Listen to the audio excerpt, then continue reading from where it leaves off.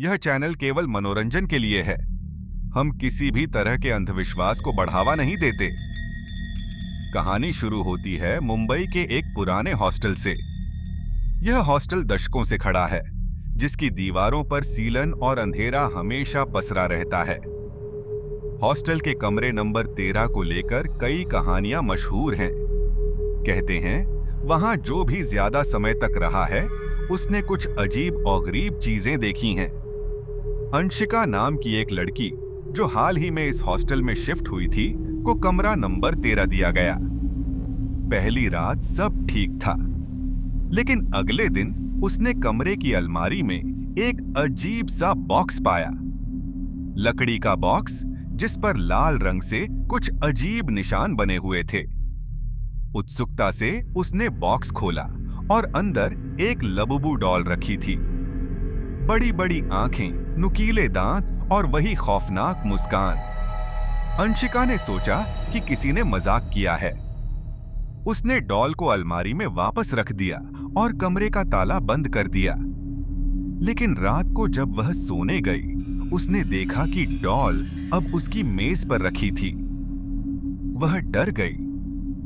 उसने सोचा शायद वह भूल गई होगी, लेकिन फिर भी उसका दिल बेचैन था।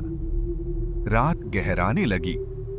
कमरे में पंखा धीमे धीमे चल रहा था और बाहर हवा की सीटी जैसी आवाजें आ रही थीं। तभी अचानक लाइट झपकने लगी। अंशिका का दिल जोर जोर से धड़कने लगा। उसने कांपते हाथों से स्विच ऑन करने की कोशिश की, लेकिन लाइट गुल हो गई। अंधेरे में सिर्फ वही डॉल थी, जिसकी चमकती आंखें उसकी ओर घूर रही थीं। अंशिका ने हिम्मत जुटाकर डॉल को उठाया और बाहर हॉस्टल के कॉमन डस्टबिन में फेंक आई।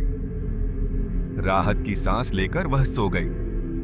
लेकिन आधी रात को अचानक दरवाजे पर ठक ठक की आवाज हुई। पहले धीमी, फिर और तेज। डर के मारे उसने कंबल ओढ़ लिया। कुछ पल बाद दरवाजा अपने आप खुल गया। ठंडी हवा का झोंका कमरे में घुसा और उसकी आंखें फटी की फटी रह गईं। डॉल अब फिर से उसकी मेज पर थी।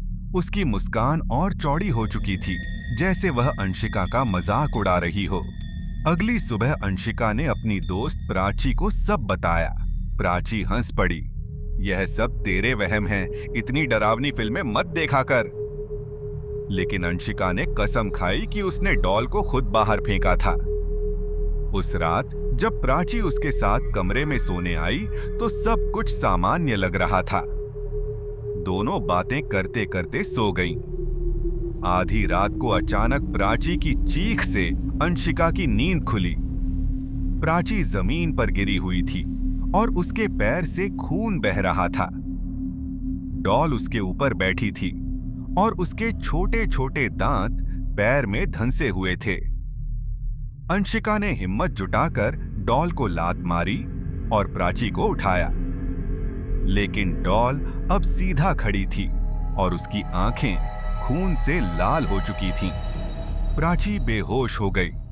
अंशिका ने उसे हॉस्टल से बाहर निकालने की कोशिश की, लेकिन दरवाजा अपने आप बंद हो गया। कमरे की खिड़कियां भी धड़ाम से बंद हो गईं। अब अंदर सिर्फ अंशिका, बेहोश पड़ी प्राची और वह डॉल थी। डॉल धीरे धीरे आगे बढ़ने लगी। उसके छोटे छोटे कदमों की टिक टिक आवाज कमरे में गूंज रही थी। अंशिका ने कांपते हुए दरवाजे की चाबी उठाई और ताला खोलने की कोशिश की, लेकिन चाबी बार बार हाथ से फिसल रही थी। अचानक पीछे से उसे ठंडी सांस का एहसास हुआ। उसने मुड़कर देखा। डॉल अब उसके ठीक सामने थी।